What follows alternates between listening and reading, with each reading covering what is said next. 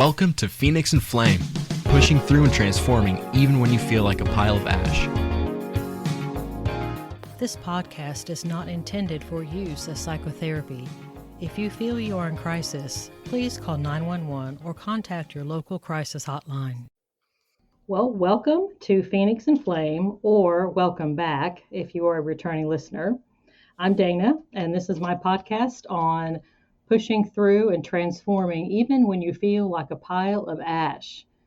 Well, lately I've been doing some interviews on a series that I've called You're Not Alone, because I really kept hearing more and more from my patients that they were going through something and they felt like they were the only one going through that. And of course, I knew they weren't, but because of confidentiality, I couldn't share a lot about that. So I thought my podcast would be a great place to be able to reach out to people and have a forum to share with one another what we're going through and what has helped different people to survive different traumas and things in their life that have just been really difficult. Well, today I'm really excited because we have a holistic psychologist with us, and her name is Dr. Debi Silber. And I hope I'm pronouncing that correct. It's very much like the color silver, but with a B instead of the V. So that's how you can remember that. She's the founder of the Post Betrayal Transformation Institute, and she also has TEDx talks, and I've gone online and listened to these, and they are very, very interesting and practical and useful for someone who has been betrayed. And what do you do with that? And what do you do with all those feelings? And are you ever going to come out on the other side? Are you ever going to be like the person you were before? Well, Dr. Silber has some wonderful thoughts on that, and she's done so much studying about it and has discovered so many things. Kind of reminded me of Brene Brown in a way of how she was studying her topics on shame and vulnerability and some things she discovered. So, Dr. Silber, welcome to Phoenix and Flame. Oh, thank you so much. And call me Debbie, please. And it is such an honor to be compared to Brene Brown. And I've heard so many times, Debbie, you're like the Brene Brown of betrayal. And I'll take it. I'll take it. Brene Brown's wonderful. And really, truly watching you talk and listening to everything that you had to say, you are very practical, like Brene Brown is. I think that's one reason why people like her, is that what she has to say, we're like, yes, I know what that feels like. I have been there. And then what she says is something that actually works. It doesn't just sound good in a book or into a microphone. It actually works. And I felt the same way when I was listening to you. Doing your TEDx talk and then going and reading and watching your different things that you had on your website. So tell us about betrayal. Like, why does it hurt and who does it impact and what does it create and all that kind of thing? Absolutely. And betrayal it's a very different type of trauma. Not to say one's better or worse. They all stink, right? But betrayal is very different. And that was actually one of the discoveries I'm happy to share. Think about it. These were the people you trusted the most. So when this is the person, these are the people to shatter that very trust. It's traumatizing. If the person we trusted the most proves untrustworthy, who do we trust? The ones we run to when other people are causing harm are the ones causing the harm. Where do we go? So it shakes us up physically, mentally, emotionally, because this was our sense of safety and security. And without our awareness or consent, it's been shattered. Oh my, that is so true. And it's just like you said, where do you go? And the trust. That's what I hear a lot in my private practice is once that trust has been shattered to bits, it really causes relationship issues moving forward. Oh, 100%. And people ask me all the time, can trust be repaired? I say no. Can it be rebuilt? 100%, but it takes a tremendous amount of work. And I look at trust like a brick wall. And the only way I know of a brick wall being built is brick by brick by brick, right? And it's the same with trust. Every opportunity someone has to show that they're trustworthy, that's one brick in that brick wall. So it can take a long time to build. Now imagine the very person who built that brick wall comes along, destroys the whole thing. The person whose trust has been shattered can look at the rubble of bricks and say, I don't have the least bit of interest in watching that thing get rebuilt. Totally fine. They walk away. However, if they are willing to watch the brick wall be rebuilt. That would be their job in that scenario. If they want to, they don't have to. That would be their responsibility. And the person who shattered the brick wall has to be a really good bricklayer. And it goes up the same way it went up the first time, brick by brick by brick. Every opportunity they have to show that they're trustworthy, one brick in that brick wall. Oh, wow. That I love visuals. I've said before I'm such a visual person and I love analogies, and that's a wonderful visual. I think what I hear sometimes with people saying is that they're wanting that other person to begin to build that brick wall back. Sometimes they just like, ain't nobody got time for that. I'm out of here, deuces. Okay. Because life is complicated. Let's say children are involved and they're thinking, okay, my heart has been blown to bits, but yet here's my children and I'm thinking about them and their future. And so I'm going to try to stand here and be a witness to this wall being built back. It's sometimes hard when the other person doesn't seem very interested in putting the bricks back, or they start to put the bricks back, but then they falter, they halt, and they get slow. And so then you're wondering, are they really interested in building this wall back, or are they not? Well, and let's just take this analogy even that much further. Now, imagine the person really doesn't show that they have a big interest in putting the brick wall back up again. So the person whose trust has been shattered, right? The person who's been betrayed, they're like, okay, forget it, I'll do it. Now, how in the world can they ever feel safe?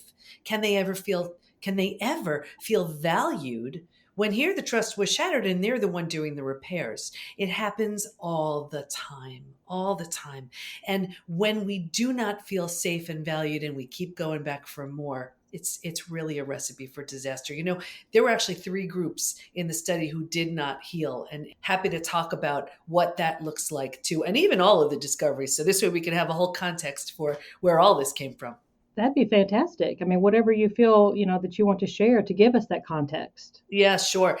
And well, think about it. It's actually my 30th year in business. And as life would morph and change, so would business. So I started in health and then mindset and then personal development. And then I had a really painful betrayal from my family and thought I did everything I needed to do to heal. And then it happened a few years later. This time it was my husband. So blindsided, devastated. Anybody who's been through it, they know the feeling. And I got him out of the house because that was the deal breaker. And I was like, okay, what's similar to these 2 experiences? Of course, me, but what else? And I looked at the 2 experiences and realized, boundaries were always getting crossed. I never took my needs seriously. I always put myself last. If nothing changes, nothing changes, So I made this bold decision for me. And I said, that's it. I'm going back for a PhD in transpersonal psychology, the psychology of transformation and human potential, because I was changing so much I didn't quite understand it. He was too on his own, wasn't ready to look at that yet. Now here I was, 4 kids, 6 dogs, a thriving business, and I didn't know how I was going to pay for it. I didn't know how I was going to manage the time, but I knew something big had to change. And it was really, for me, the first thing I had ever done for myself, like a big thing like that. So then it was time to do a study, and I studied betrayal. What holds us back? What helps us heal? And what happens to us physically, mentally, and emotionally when the people closest to us lie, cheat, and deceive. That study led to 3 groundbreaking discoveries, which changed my health, my family, my business, my life. Okay, all right. So originally I was studying betrayal and post-traumatic growth because I'm such a believer in the upside of something, right? So for those who aren't familiar with post-traumatic growth, I look at it as, imagine an upside of trauma, how that trauma, death of a loved one, disease, natural disaster, whatever it is, leaves you with a new awareness, insight, perspective you didn't have. So maybe you lose someone you love and you realize life is short, like that kind of thing.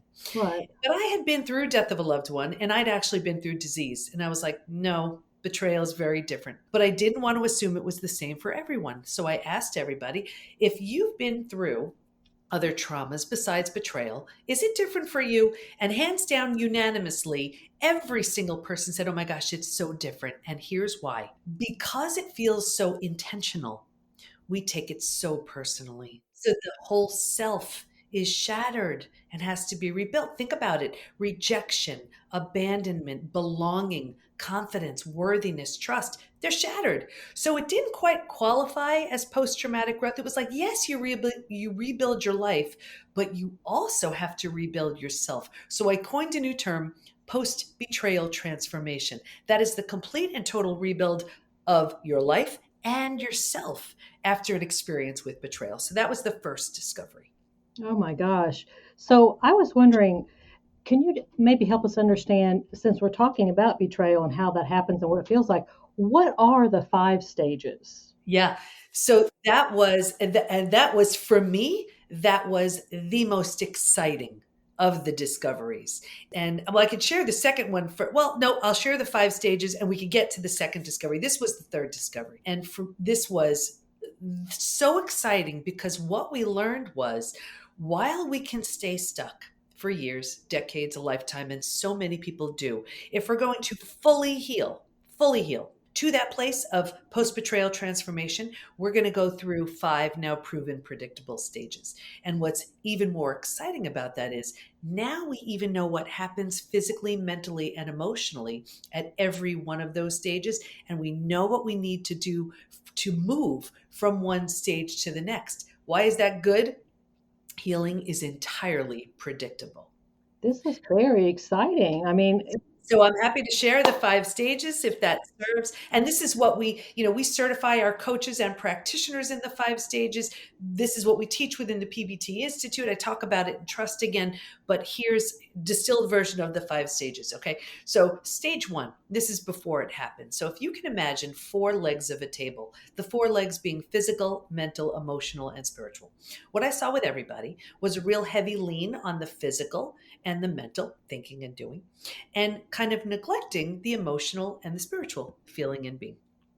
So if you imagine a table with only 2 legs, it's easy for that table to topple over, right? That's us. And it's not to say if you're busy thinking and doing, you'll be betrayed, but that was the profile I saw. Stage 2, by far the scariest of all of the stages. Shock, D-Day, Discovery Day. And this is the breakdown of the body, the mind, and the worldview. Right here, you've ignited the stress response. You're headed for every single stress-related symptom, illness, condition, disease. Your mind is in a complete state of chaos and overwhelm. You cannot wrap your mind around the information you just learned. at that point, do you feel like the mind gets thrust into any kind of a fight or flight? Oh, 100%. Right here. Shock. Yeah. And your worldview has been shattered. Your mental model, the rules that govern you that prevent chaos, don't go there. This person's safe. This is how life works. In one moment or series of moments, every rule you've known to be real and true is no longer. The bottom is bottomed out, and a new bottom hasn't been formed yet. So it's terrifying. So you're like in free fall. Yeah. That's it. Exactly. But think about it. If the bottom were to bottom out on you, what would you do? You'd grab hold of anything and everything you could to stay safe and stay alive. And that's stage 3. Survival instincts emerge. It's the most practical out of all of the stages. If you can't help me, get out of my way. How do I survive this experience? Where do I go? Who can I trust? How do I feed my kids? Right? It's practical. Here's the trap. Stage 3 is by far the most common place to get stuck. And here's why. And so many of your patients, when you're hearing this, you will know why they are in stage 3. Once you've figured out how to survive your experience, because it feels so much better than the shock and trauma of where you just came from, you think it's good. And because we don't know there's anywhere else to go, we don't know there's a stage 4 or stage 5. Transformation doesn't even begin until stage 4. But because we don't know that, we think this is where we need to kind of plant roots, right? We're not supposed to, but then 4 things happen. We plant roots here, 4 things happen. The first thing is we start getting these small self benefits. You get to be right. You get your story. You get someone to blame. You get a target for your anger. You get sympathy from everybody you tell your story to. You don't have to do the hard work of learning to trust again. Can I trust you? Should I trust you? Forget it. I'm not trusting anybody. So you plant deeper roots. You're not supposed to. You don't know that. And now that you're here longer than you should be, now the mind starts doing things like, well, maybe you deserved it. Maybe you're not all that great. Maybe this, maybe that. So you plant deeper roots. Now, because these are the thoughts you're thinking and you're here a while, like energy attracts like energy. So now you call circumstances and people and relationships towards you to confirm, yep, this is where you belong. The misery loves company crowd, they come around now too, right? So you plant deeper roots. It gets worse, but I'll get you out of here. Because it feels so bad, but you don't know there's anywhere else to go, right here you resign yourself. You're like, this stinks, but I better find a way to be okay with this. So right here you start using food, drugs, alcohol, work, TV, keeping busy, reckless behavior, anything to numb, avoid, and distract yourself from what's so painful to feel or face. So think about this. You do this for a day, a week, a month. It's a habit now, right? 10 years, 20 years. And I can honestly see someone 20 years out and say, that drinking you're doing, that emotional eating you're doing, that numbing in front of the TV you're doing, do you think that has anything to do with your betrayal? And they would look at me like I'm crazy. And they would say, happened 20 years ago. All they did was put themselves in stage 3 and stay there. Does that make sense? Yes, they're stuck there, but they don't know they're stuck. They don't know they're so stuck. That was why Trust Again talks about the 5 stages. But since I found everybody getting stuck in stage 3, from Hardened to Healed, the book that just came out, is only for stage 3. Like stage 3ers, I'm coming for you because you owe it to yourself to do something good with something bad. You've been through the worst of it already, but they don't know they're stuck there. If you're willing to let go of all those small self benefits, grieve, mourn the loss, bunch of things you need to do, you move to stage 4. Stage 4 is finding and adjusting to a new normal. So here's where you acknowledge, I can't undo my experience, but I control what I do with it.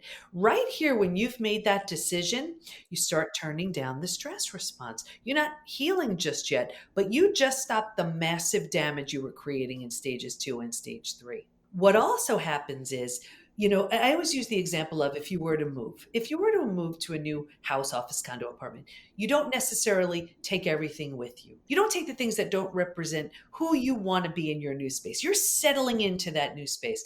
Just in that mental mindset, you're calming down the stress response. But what's so interesting also is what I found, if your friends weren't there for you, you don't take them with you.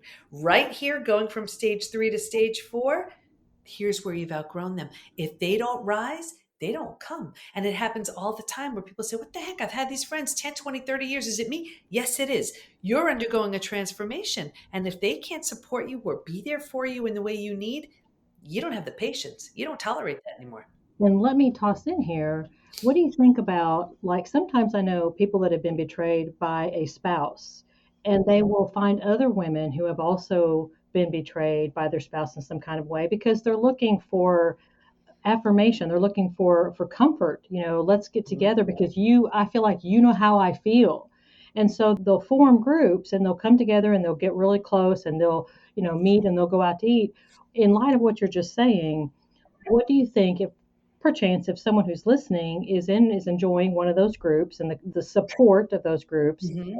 but they're listening to you and Yeah. they're maybe wanting to move forward, Mm-hmm. but is there a possibility that there's some people even in that support group that they just kind of like to kind of roll around in stage 3 and they want other people to roll around in stage 3 with them and they're not really interested and they're not encouraging someone to go to a stage 4, or maybe they don't even know there's a stage 4.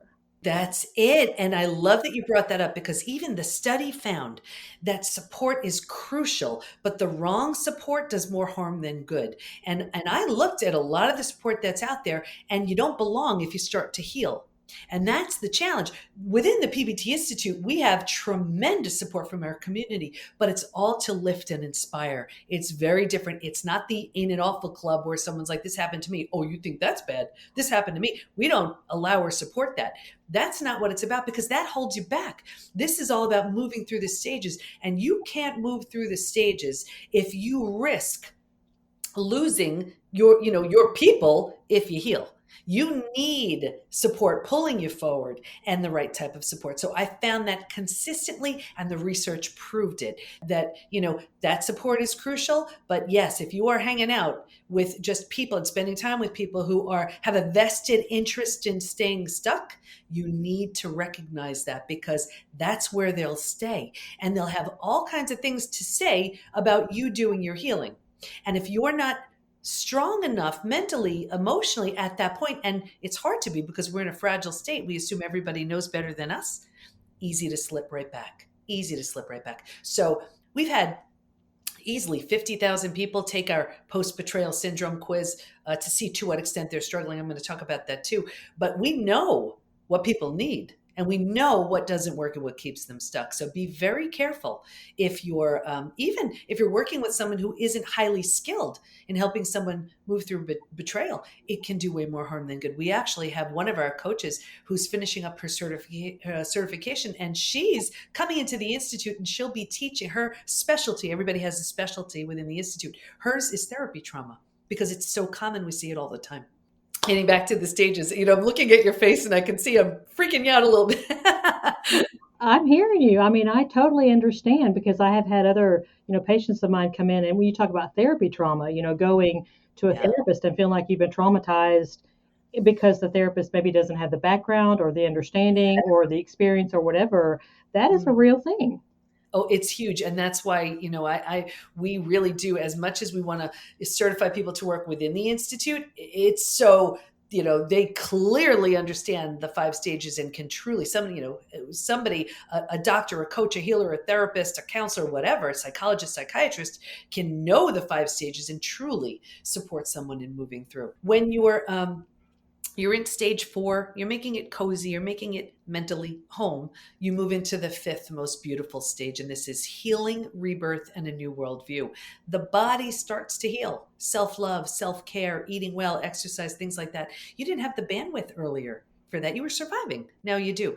Your mind is healing. You're making new rules, new boundaries based on the road you just traveled. And you have a new worldview based on what you see so clearly now. And the 4 legs of the table, in the beginning, it was just all about the physical and the mental. By this point, we're solidly grounded because we're focused on the emotional and the spiritual too. Those are the 5 stages.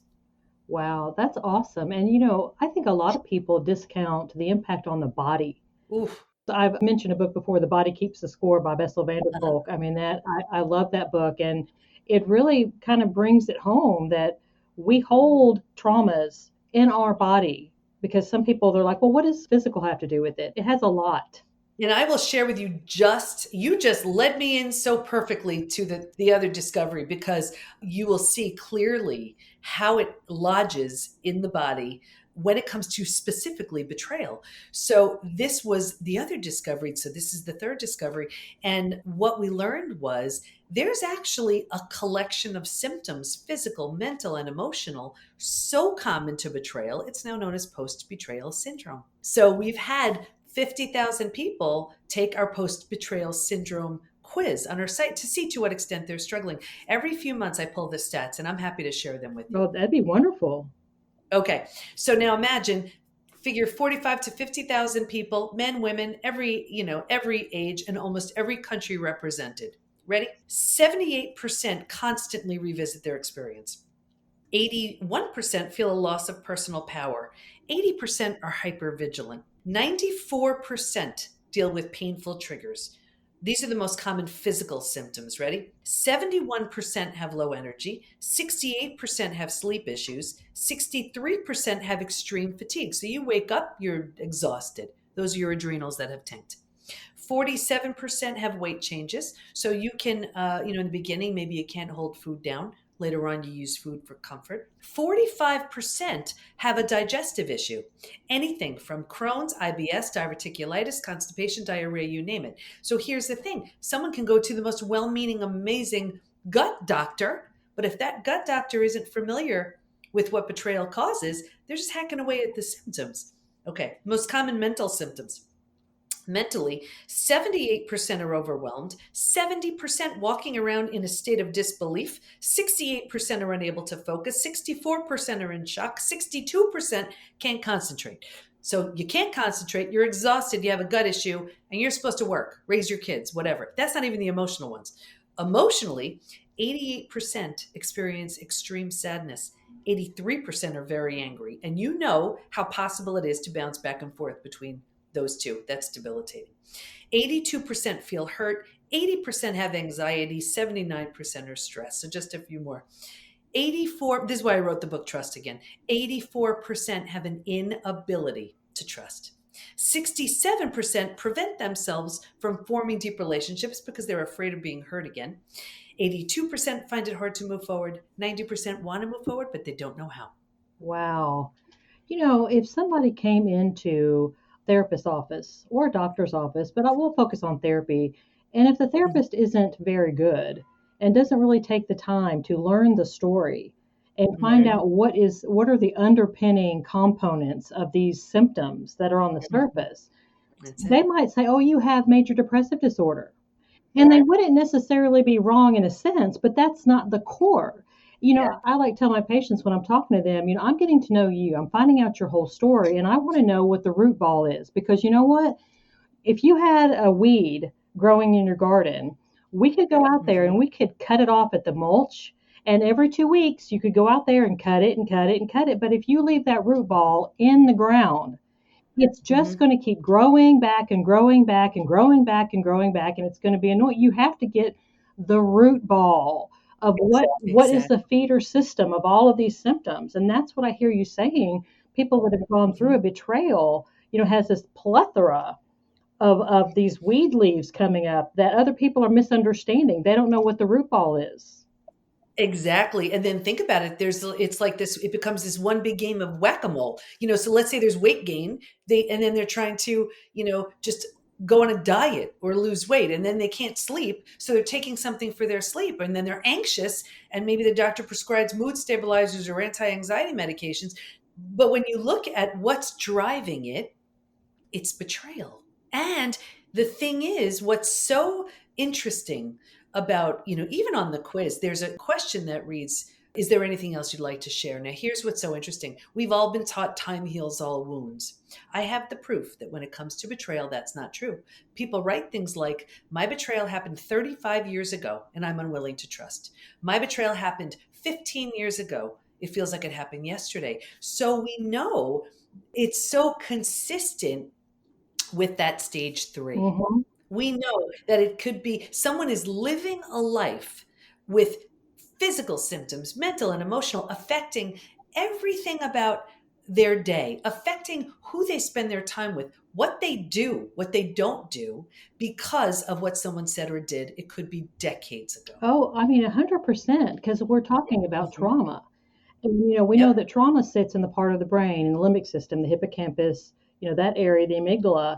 Well, that area has no sense of time. And so Right. that's why we get triggered. So when that younger part of ourself that's sitting in that, that damaged part of ourself, that traumatized part that's sitting in that limbic system in our brain, when we get triggered, that younger self reacts. And it can't say, oh, well, this is 2022. This particular individual is not the one that betrayed me 30 years ago. That part of our brain has no ability to say that.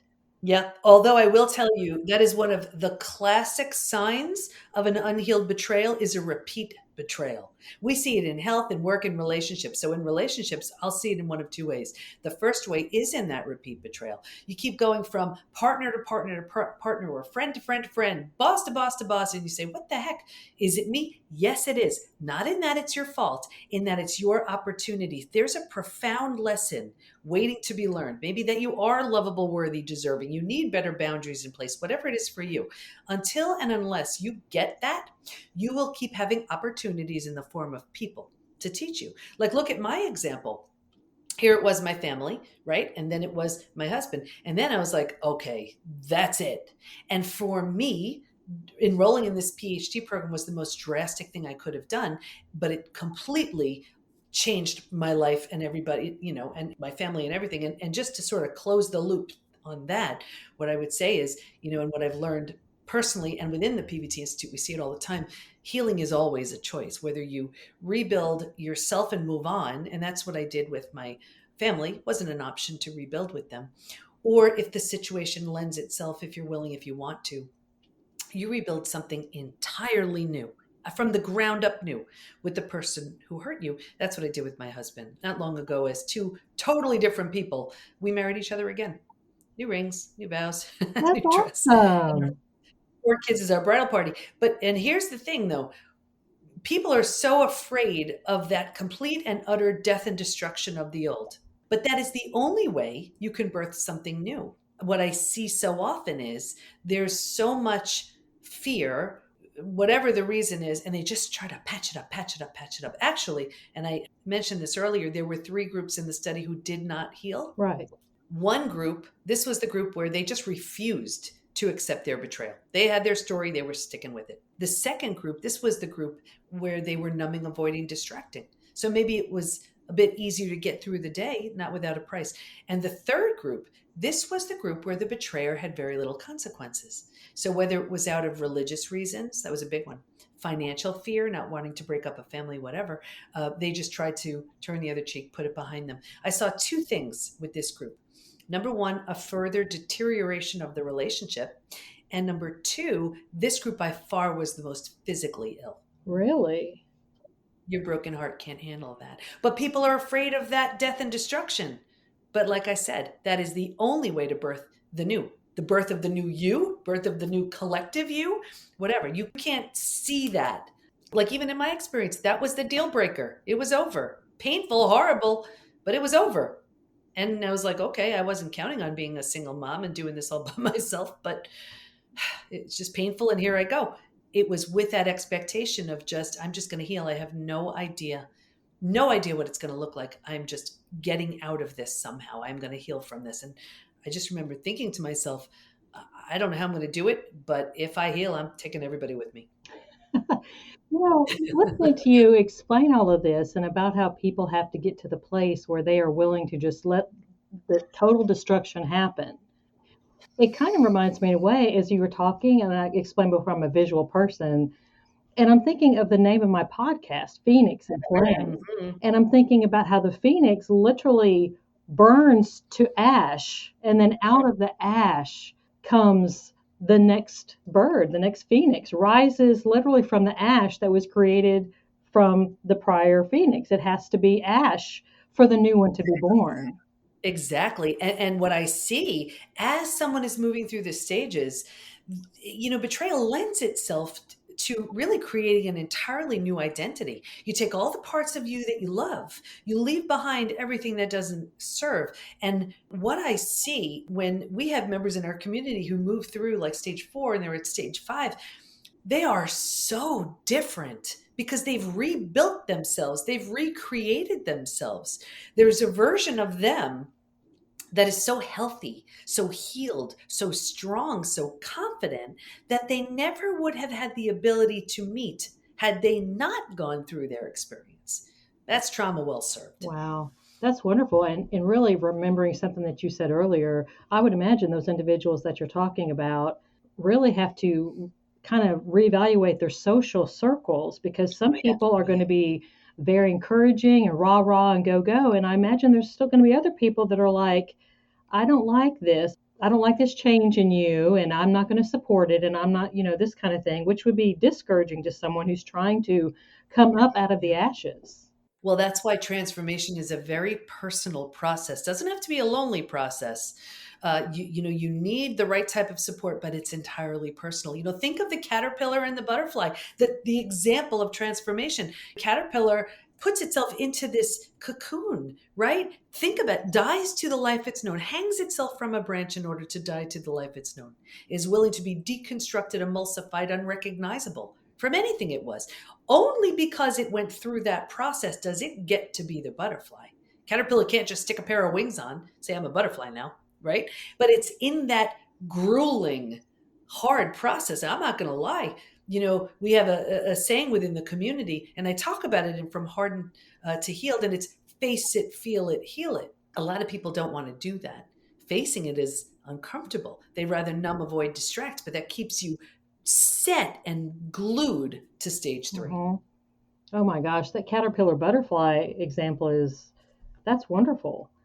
So I'm wondering, as we're kind of wrapping up, if there's anything, any last words of wisdom that you would like to share with any of my listeners out there that are really just tuning in and thinking, oh my gosh, she's talking about me, she's talking about my life. What last words would that you'd like to share? I would just share this that, first of all, and if you have to say this a million times to yourself, it's worth it. Even though it happened to you, it's not about you. That's the first thing. And the second thing I would really say is I didn't do anything anyone else couldn't do. But the beauty is now there's a roadmap. So if you find that you're in stage 2 or stage 3, you owe it to yourself just to move through the stages. See the version of you that's waiting to be birthed. Well, Debbie, thank you so much. And I was trying to capture along the way, you have, and by the way, listeners, I will put all of this in the show notes. So you have one book called Trust Again, and then another one, the newest one, From Hardened to Heal. Right. Right. So, and actually, this is my 6th book, but Trust Again maps out the 4-step trust rebuilding process, the 5 stages, all of it's in there. But when I found that so many people were getting stuck in stage 3, that's when I wrote From Hardened to Healed. Okay, that is wonderful. And of course, anybody, if they want to go to, it's the pbtinstitute.com. That is an amazing website. It's so beautiful. It's so well presented and informative and helpful. I went there myself, like I said. There's quizzes, like you mentioned earlier. I took one myself. And by the way, listeners, it's not going to take you half an hour to take this quiz. It says 4 to 5 minutes on there, and it truly is just 4 to 5 minutes. It's very informative. And that's the Post Betrayal Syndrome quiz, the healedorhardenedquiz.com. That'll take less than a minute, but you'll know exactly what stage you're in. Oh, wow. Well, and the quizzes are so helpful and they're so useful. And then you have so many resources that are available because someone can take a quiz and go, okay, well, this says this about me. Well, that's interesting. What do I do about that? And so your website, has so much, resources available to people that they can turn to and say, okay, now this is my next step. This is my next step. This is what I can do. And, and thank you. And even though that website is helpful, the community, the PBT Institute itself, where people go to do the deep learning, I mean, what we have going on in there, we have our certified coaches and practitioners teaching classes every day. We have running classes going all day long. Our self-paced program, I'm in there doing Q&A. We have the most amazing forums where there's so much support and community, and we bring in experts to teach master classes. There's nothing like it. Wow. Well, Debbie, thank you so much for joining me and taking your time and your effort to come and share with the listeners of Phoenix and Flame. I'm sure that there's many, many out there that have just listened and hanging on your words and are so thankful for everything you had to share. But thank you so much for joining me. Thank you for the opportunity. Well, if you've heard anything today that is helpful, and I know that you have, then I would appreciate if you would share it on your favorite social media platform, whatever that may be, Instagram, Facebook, go on LinkedIn, whatever goes on, to spread the word, to get other people to know about what Debbie has to share and how helpful that is. And I hope you have a wonderful rest of your day. This is Dana on Phoenix and Flame.